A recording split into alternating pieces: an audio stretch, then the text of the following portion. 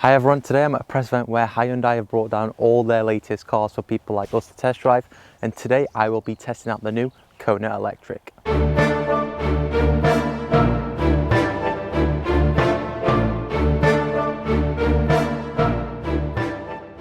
So starting off with the front of this car now, of course there is no grille at all. Hyundai don't offer any more diesels. The KONA lineup has changed slightly. The DRLs are separated out from the main headlights. Swift move or different move from Hyundai, and it does make the car stand out a little bit more. There is a little green light that appears right here when the electric motor gets a little bit hot, so it's just a little warning to prevent you from touching the electric motor. Safety first with this car, of course. Moving around the side, you do have some 17-inch alloy wheels, which I would say I'm not that big of a fan of. Moving around the back, of course, you've got this nice design element here, but instead, on other cars, like the Tucson, I think it was brushed aluminium.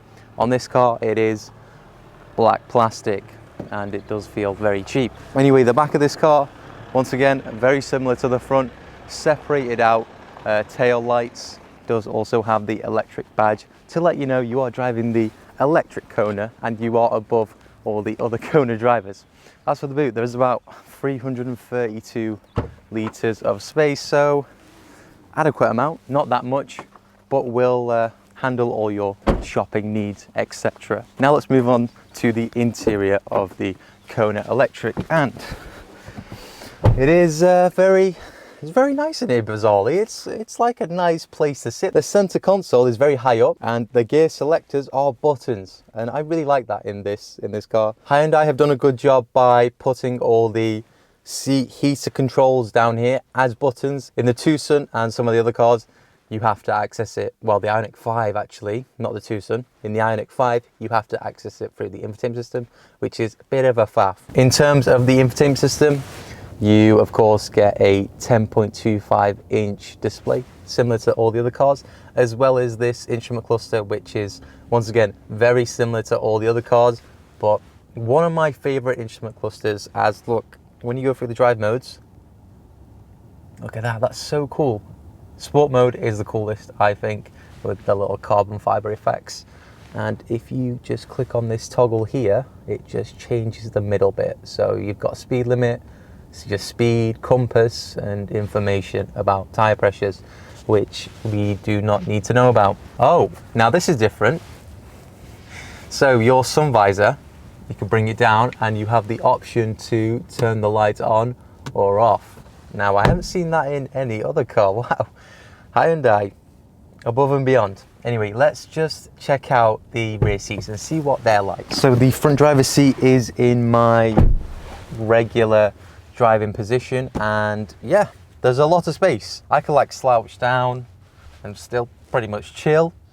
Yeah, very comfortable overall. Lot of headroom, lot of knee room, and there's some netting for storage. Anyway, given I haven't driven many electric cars, I'm very excited to drive this, so let's head out on the road.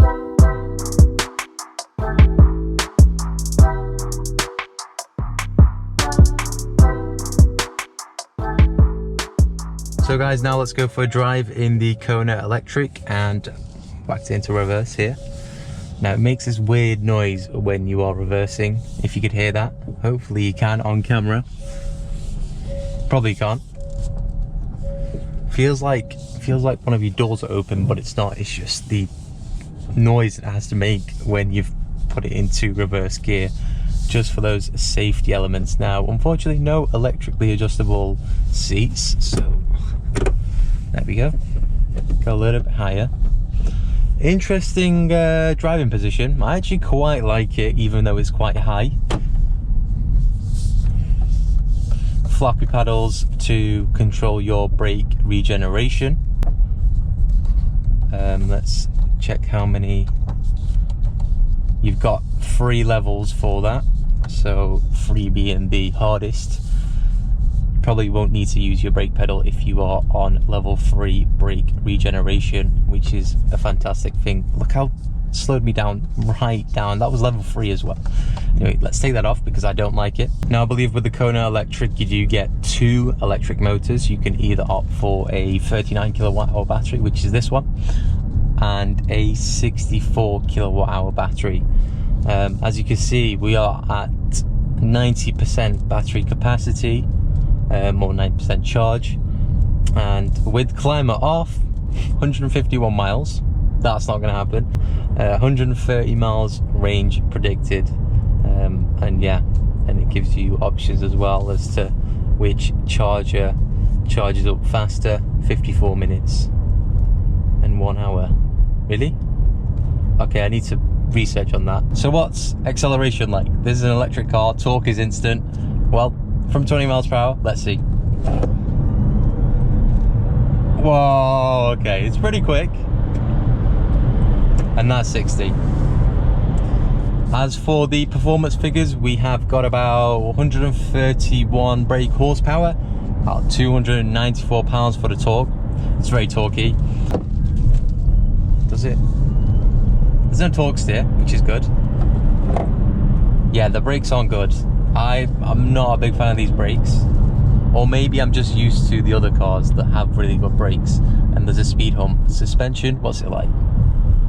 It's quite soft, subtle car to drive. It's a good car to live with. Handling could be improved slightly, but you could probably whack some Pilot Sports on and it'll just do the job.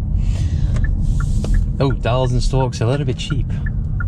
Yeah, they feel very flimsy compared to the Tucson. They should have just used the Tucson dials and stalks. It would have been better actually. As for maneuverability, this is a good test. Reversing camera, not the best. Look, as you can see, you can't even see. Yeah, the quality on this reversing camera could be improved as well.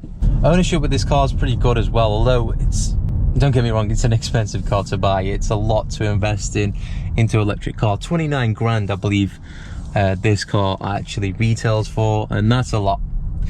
But you do get 3 trim levels to choose from with the KONA Electric. I'm not too sure what those trim levels are because I've completely forgot. Oh, well, I haven't researched it properly. And along with all those trim levels, you get your 5-year Hyundai warranty, which is great. And I believe, not too sure if I'm correct on this, but you might also get a 8-year battery warranty as well with Hyundai on the KONA Electric. Definitely correct on the 5-year warranty, not too sure with the battery warranty. Might need to research that as well. But on a whole, look, the KONA Electric for an EV is pretty dope. Let's just try a launch, because I love launching electric cars. So with the KONA Electric, if you just steer to the right a little bit, you could do a little burnout. I'm not too sure if I'm correct on this. Well, it didn't work there. Didn't work there, but I think you could do it with the 64 volt battery one. This doesn't have enough power. It's got a lot of torque, but not enough torque. It's hard to get used to these pedals because I keep thinking I want to downshift, but it just controls the brake regeneration. So every time I approach a corner, I'm like ready to downshift.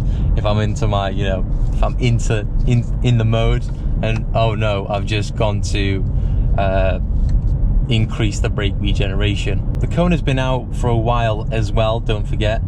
There hasn't been many changes from the facelift, which is this car, of course. Of course, it was well needed.